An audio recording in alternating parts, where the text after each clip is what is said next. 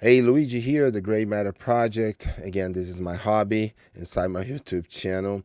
And like I promised, in this video here, I will share with you guys these two channels that I have been following on YouTube and Odyssey.com. And this channel is hosted by Dr. Bret Weistein and his wife, Dr. Heather Hain. Both are PhDs hold a PhD in evolutionary biology. So I believe they are credible sources, and they cover everything. They cover everything under the say scientific lenses in many different topics, but they also covered a lot about COVID and a lot about what's going on and the different protocols and the risks of different protocols. They are not against vaccines, but they were expressing some concerns based on some data and what happened. And they brought really good guests. One is Dr. Robert Malone, and I will go over these personalities so you guys understand a little bit. But so Dr. Robert Malone he's one of the inventors of the technology, the mRNA technology, and he had some opinions, not against. It's just like a scientific opinion without bias. It's just logic. But what happened was that YouTube started demonetizing Dr. Bret Weistein channel and the Dark Horse podcast. That's the name of his podcast channel, because he was pretty much talking about things that social media, big tech, and the government don't want you talking about. And this is going to be my next topic for my next video. So stay tuned for that, because there's a really good reason why this is happening, and I'll go over that in a other video. But these two channels I believe to be very interesting. They are, like I said, owned by the same two PhDs, Dr. Brett and Dr. Heather.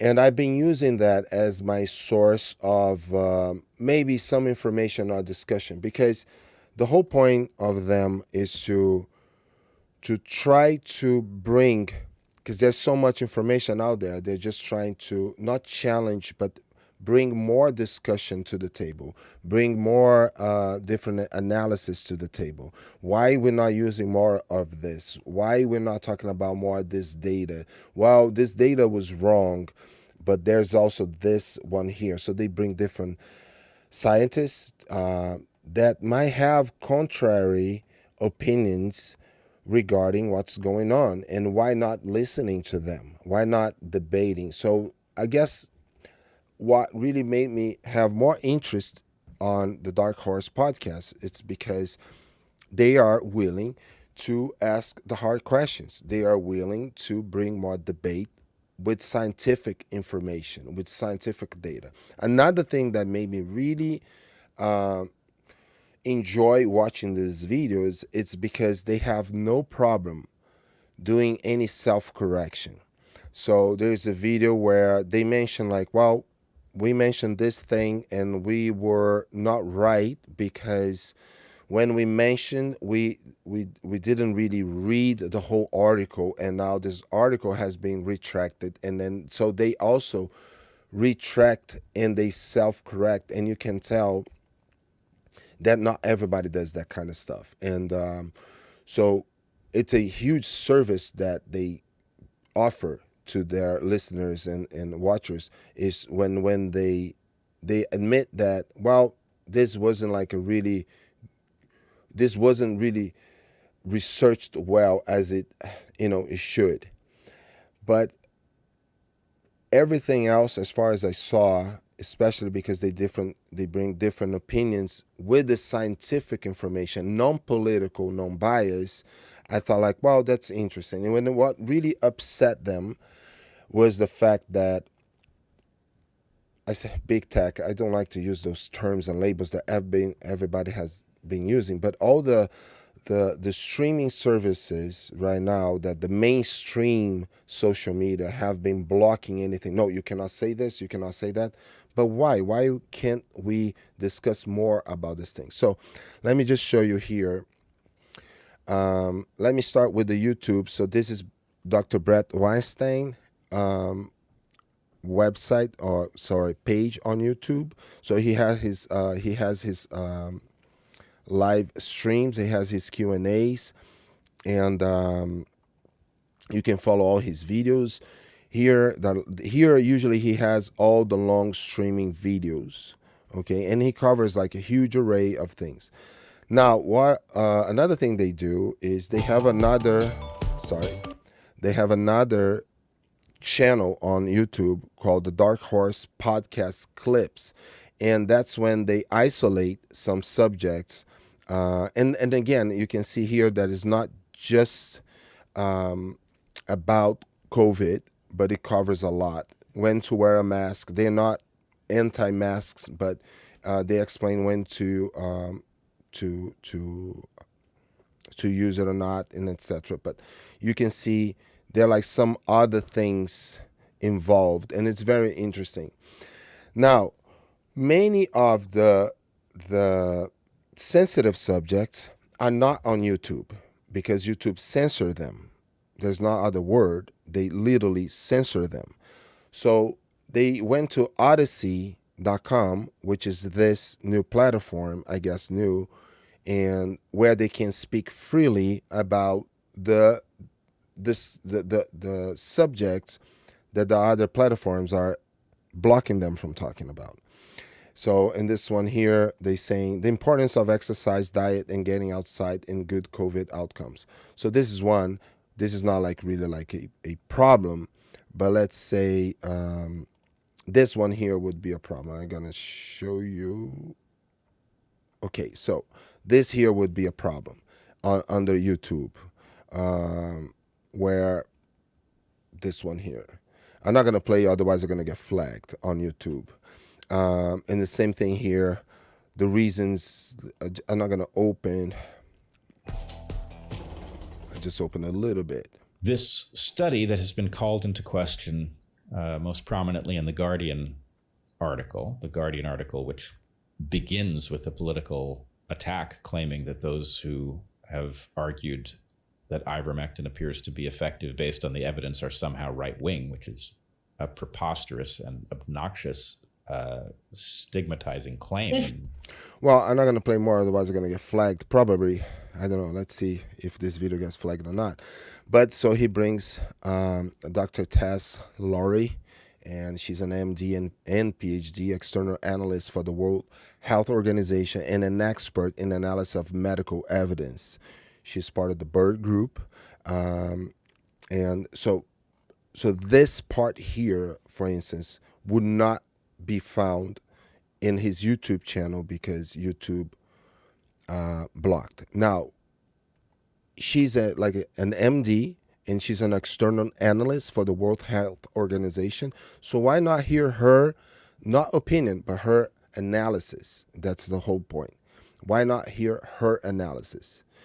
And so he had to move out of YouTube to go to Odyssey, where he adds these other things, and then you can see here there's some other good ones. There are tons of people trying to discredit Dr. Bret Weistein, and tons of people trying to discredit his wife and the people that he brings in, claiming that, for instance, he doesn't bring too many people contrary to his opinions, where actually, if you watch, you will see that he will bring people with different opinions. Yes, he does bring other people with different opinions. But there are already enough content with people with one side analysis only that follows a strict one science. And for what I understand as far as science, and I might be wrong here, if you're a scientist, if you know this better, you could just let me know. I would love to know. You can write here in the comments. I believe that, say, a scientist come up with a research and some results, and he submit this to a journal to see if it can get approved to be published, and say this papers get published, and other scientists will try to replicate using the same methodology, the same researches, and that's what they call peer reviewed, if I'm not wrong, or say they, distribute. I don't know the sequence or where or how, but the point is, other scientists will always try to challenge your methodology, not to discredit you as a scientist or discredit your research, but to make sure that the research is solid, the results are solid, the product of your work is solid, so then we can implement this in the rest of the scientific field. And so many times, some papers end up getting retracted because they other scientists might find flaws that can be proven. It's not just like I think. It's science, science, and science. So I think every scientist, as far as I know, likes to be challenged, not for the thrill of winning or losing, but for maybe for the reason of knowing that their work it's valid and is really breakthrough discover or breakthrough invention of somehow, and that's a whole thing, and that's why we're getting suppressed. It is right now. I feel like there's a huge panic caused by a lack of maybe different scientific informations being proposed for the public, that maybe the public is not really prepared to process that because we are not scientists. But for me, as a regular citizen, I would love to know that. For instance, I was exposed to as much good information as possible instead of just one narrative. So this is my opinion. That's my video for today. Take a look,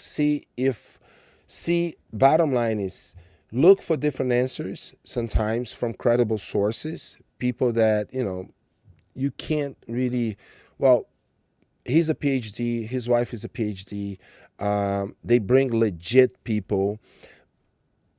Don't get caught up in, like, say you go to Wikipedia and you see like, wow, it's not kind of truth, or some other, sometimes journalists trying to stain somebody's reputation because it doesn't fit a narrative. It's all about science, and that's all we care. And I'm not talking about pro against vaccines here. I'm not talking about pro any other prophylactic treatment. What I'm saying is, exercise your right to think for yourself and expose yourself to different good scientific sources. This is not conspiracy theory. This is not domestic terrorism. This is not you being anti-government or part of any militia. This is you as a sovereign individual with your own brain. God gave you a brain. Use that brain and make your own conclusions. And hopefully we can have the freedom to make our own choices when it comes to our own health.